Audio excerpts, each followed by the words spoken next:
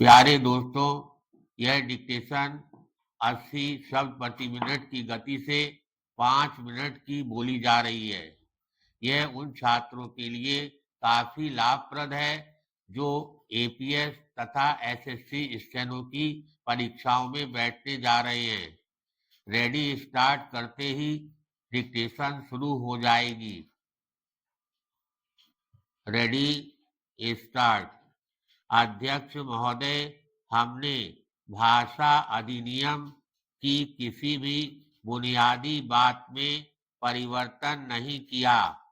हमने ऐसा कोई कार्य नहीं किया जिससे गैर हिंदी भाषी लोगों को दिए गए आश्वासन समाप्त होते अथवा उनमें कमी होती। हमने आखिर किसका बोझ बढ़ाया?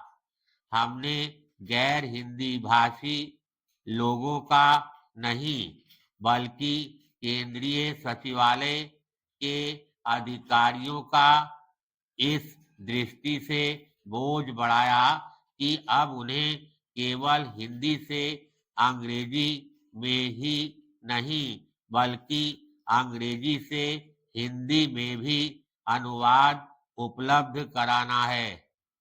हमने केवल यही कार्रवाई की।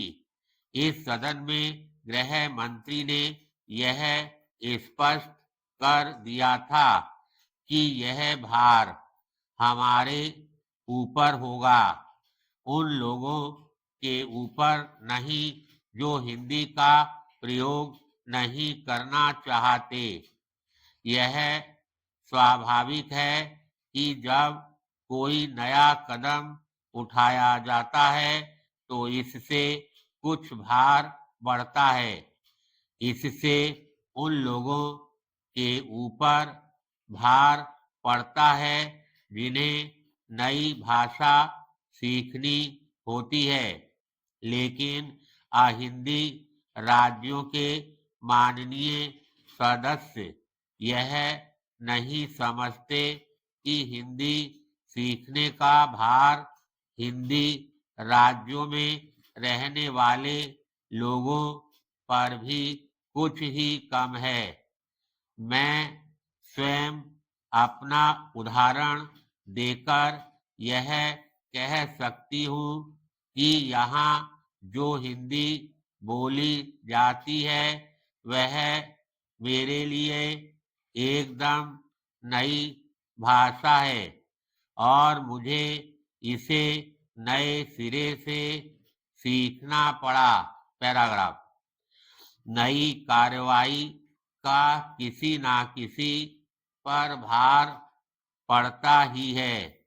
जैसा कि गृह मंत्री ने कहा है, यह भार गैर हिंदी भाषी लोगों पर कुछ अधिक होगा, लेकिन उन्होंने यह भी कहा कि यह कठिनाई चाहे कुछ भी है, हम इस पर विचार करेंगे और इसे घटाने की कोशिश करेंगे। हमारे लिए यह आवश्यक है कि हम बैठकर इस बात पर विचार करें कि विभिन्न राज्यों और प्रशासकों की कठिनाइयां क्या हैं। उन्होंने यह बात भी कही थी, मैं समझती हूँ कि जब तक वातावरण शांत नहीं होता, इस संबंध में जितना काम हो जाए उतना अच्छा, क्योंकि तब हम लोग एक साथ बैठकर इस पर विचार कर ऐसा तरीका निकालने की बेहतर स्थिति में होंगे जो देश की एकता को बढ़ाएगा और हम लोगों के बीच परस्पर संपर्क को ही अधिक नहीं बढ़ाएगा।